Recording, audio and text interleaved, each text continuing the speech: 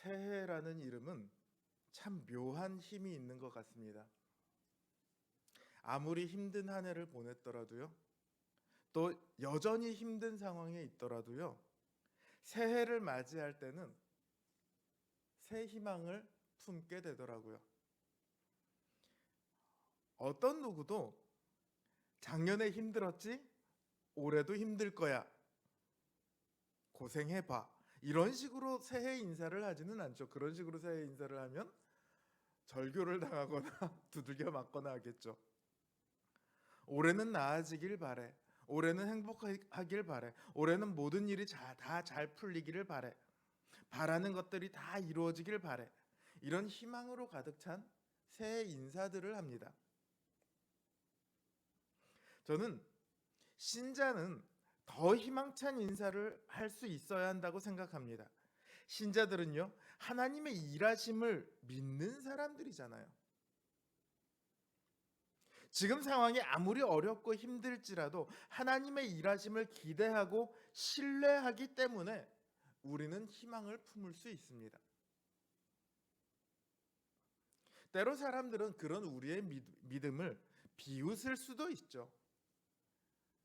하지만 우리의 희망은요, 결코 막연한 그런 기대가 아닙니다.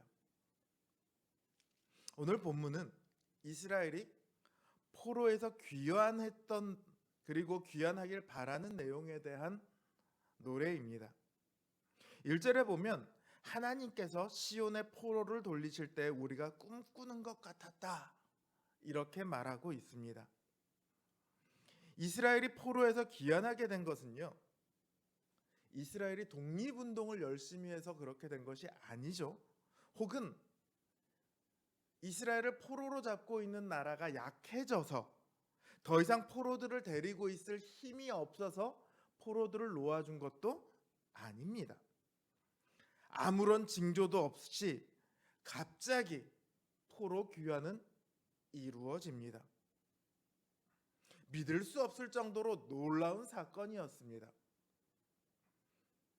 오죽했으면 그 당사자들이 꿈꾸는 것만 같았다, 이렇게 말을 합니다. 포로 귀환은 그들이 가장 바라던 일이지만 사실은 어느 누구도 일어날 거라고 기대할 수 없는 그런 일이기도 했습니다. 일어날 조짐이 전혀 보이지 않는 그런 일이었죠. 그런데 그 일이 일어났습니다. 그리고 이 사건을 보면서 이스라엘을 조롱하던, 이스라엘의 신을 무시하던 다른 민족들이 말합니다. 저희의 하나님이 저희를 위해 큰 일을 행하셨도다.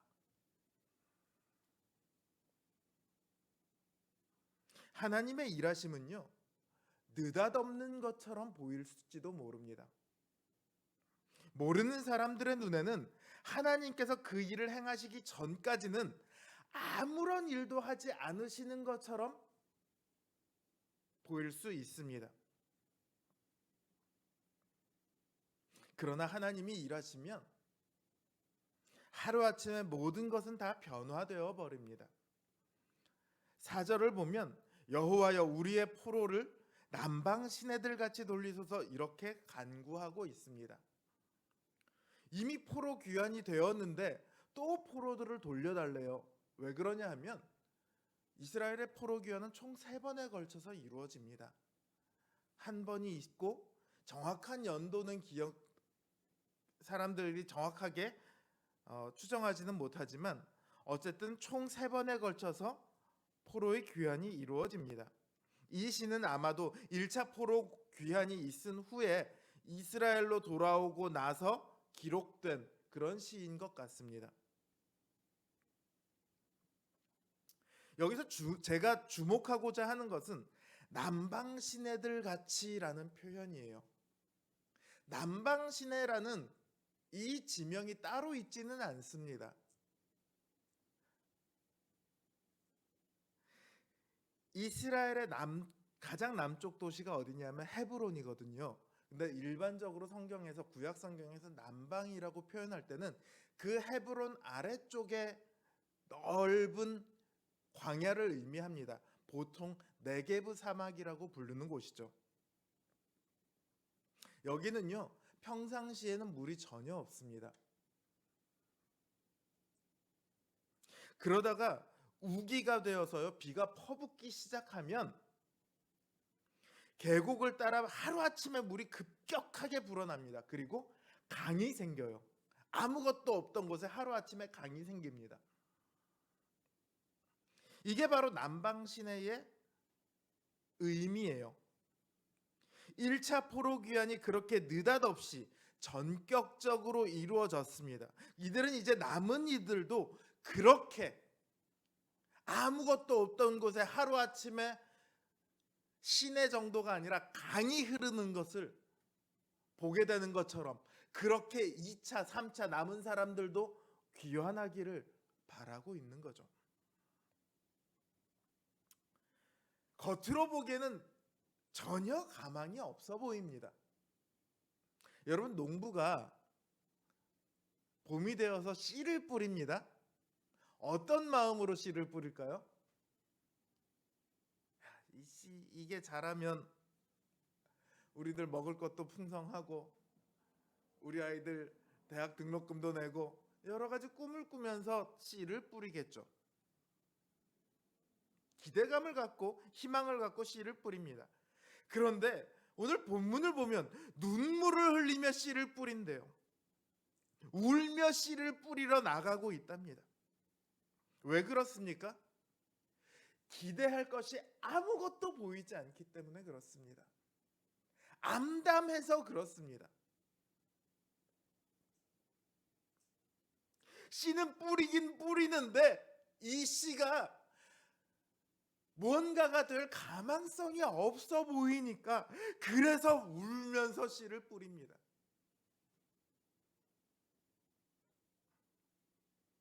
하지만 그렇다고 씨를 뿌리지 않으면 아무것도 할 수 없습니다.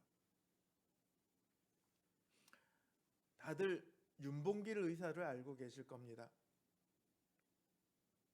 1932년 상하이의 홍코우 공원에 있었던 일본 전쟁 승리 기념식에 폭탄을 던지죠. 그래서 일본의 주요 인사들이 죽고 다치고 합니다. 이분이 일본 경찰에 취조를 받습니다. 일본 경찰이 이렇게 물어요. 야, 너 왜 그랬냐? 아무런 가망이 없지 않냐? 그런데 왜 독립운동을 하냐? 네가 그렇게 폭탄을 던져서 한두 사람 죽인다고 독립이 오겠냐? 이런 뜻이죠. 여기에 윤봉길 의사가 대답을 합니다. 나도 안다. 현재 조선은 실력이 없기에 당장 독립은 불가능하다. 하지만 세계대전이 발발하여 강대국들이 약해지면 조선과 주변국은 독립할 것이다. 즉 독립은 어차피 올 수밖에 없는 필연적인 결과이다. 나는 독립의거로서 그 시기를 앞당기려고 하는 것이다. 몇몇의 장교를 죽였다고 크게 달라질 거라 생각하지 않는다. 다만 이로써 조선인들이 각성하고 다시 세계가 조선을 알게 된다면 그것으로 내 목적은 달성한 것이다. 지금 세계 지도에 조선은 일본으로 칠해져 있다. 하지만 이제 세계는 조선이라는 나라를 다시 알게 되었을 것이다. 당장 가능성이 없어 보여서 누군가는 침묵하고 있을 때였습니다. 가능성이 없어 보여서 누군가는 친일 매국을 하던 때였습니다. 그 시기에 윤봉길 의사는 그리고 수많은 사람들은 독립을 위해 기꺼이 자신을 바칩니다. 그야말로 울며 씨를 뿌린 것이죠.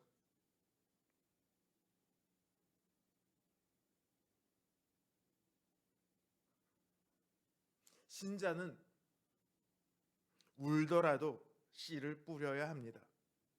아무런 가망도 안 보이는 것 같은 그때에도 하나님의 일하심에 대한 소망을 갖고 있기 때문입니다.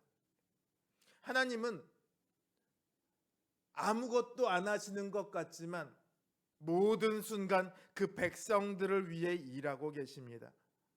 하나님께서 때가 되어 그 일이 드러날 때가 되면 우리가 깜짝 놀랄 것은 물론이고 하나님을 알지 못하는 사람들도 깜짝 놀라게 될 것입니다.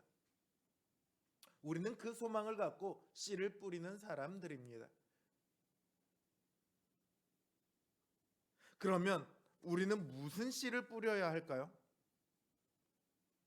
우리는 늘 연초가 되면 우리 자신을 위해서 무언가를 열심히 심겠다는 계획을 세웁니다.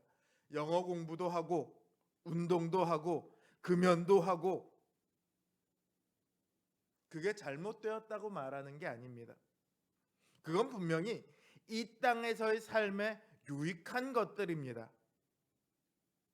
하지만 그런 계획들이 우리의 영혼과 하나님의 나라를 유익하게 하는가 하면 꼭 그렇지는 않습니다. 저는 올해 우리 성도님들이 세 가지의 씨를 뿌리길 바랍니다. 그 첫 번째는 복음의 씨입니다. 복음이 뿌려지면 믿음이 결실을 맺습니다. 그래서 먼저는 우리의 심령에 복음을 뿌려야 합니다. 늘 복음을 접하지 않는 심령은 늘 흔들릴 수밖에 없습니다.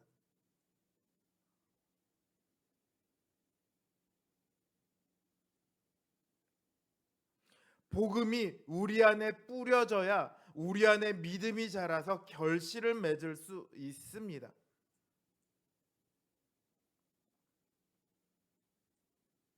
우리 안에 복음이 뿌려지고 결실을 맺게 되기를 바랍니다. 또 이웃들에게, 친구들에게 열심히 복음을 뿌려야 합니다. 제가 경험해 보니까요, 저 사람은 복음을 뿌리면 금방 결실을 맺을 것 같아, 이런 사람들이요 의외로 결실을 못 맺을 때가 있습니다. 내가 저 사람을 충분히 복음으로 설득할 수 있을 것 같아, 그런 생각을 갖고 있는데 지금 15년째 전혀 설득을 못하고 있는 제 선배도 있어요.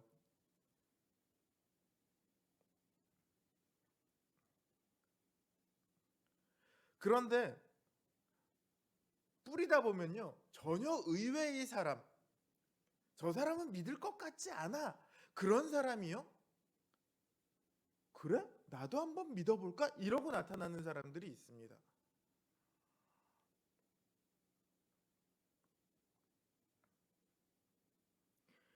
이건 제 얘기뿐만 아니라 전도를 나가는 목사님들이 늘 하시는 말씀이에요. 자기가 전도를 나가면 자기가 전도한 사람들 중에 오는 사람이 거의 없대요.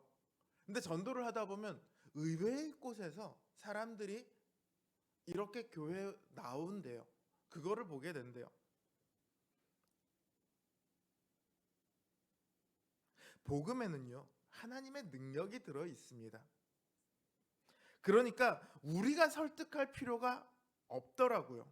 우리는 잘하게 하는 사람도 아니고요, 맺히게 하는 사람도 아닙니다. 우리는 그저 씨를 뿌리기만 하면 됩니다.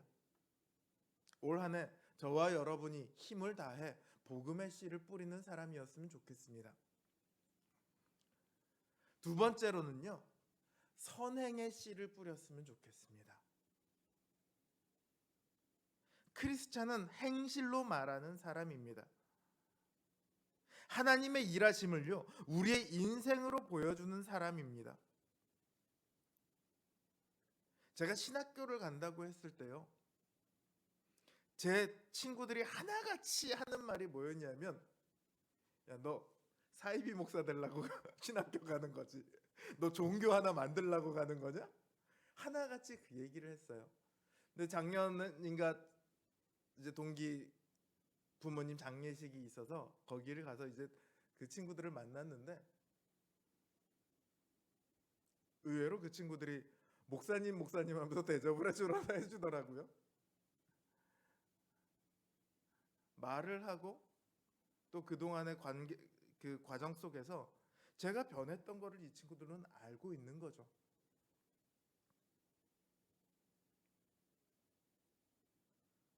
하나님이 계시냐고요? 하나님이 우리를 위해 일하시냐고요? 예. 하나님은 계십니다. 그리고 일하고 계십니다. 어떻게 하냐고요? 제가 그 증거입니다. 하나님께서는 저를 변화시켰고 또 지금도 바꾸어 가고 계십니다. 여전히 부족하죠. 그러나 하나님께서는 여전히 저를 계속해서 바꾸어 가실 겁니다. 올 초에 이 타임캡슐을 썼던 그 기도를 보면서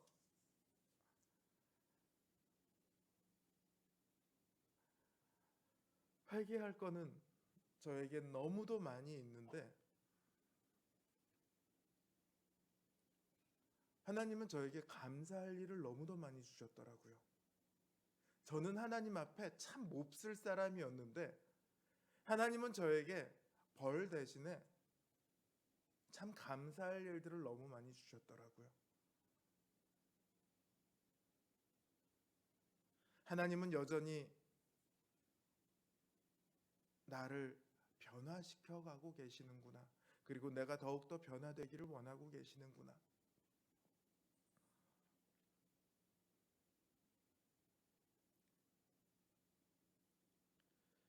하나님께서는 저를 변화시키듯이 여러분을 변화시키고 계십니다. 여태까지 변화시켜 오셨고 또 앞으로도 변화시켜 가실 겁니다. 그 변화의 증거를 여러분들이 보여주십시오.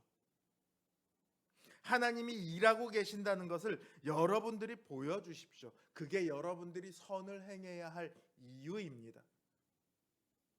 봐, 내가 이렇게 선을 행하잖아. 내가 잘나서 그런 게 아니라 하나님이 나를 이렇게 바꾸어 놓으셨거든.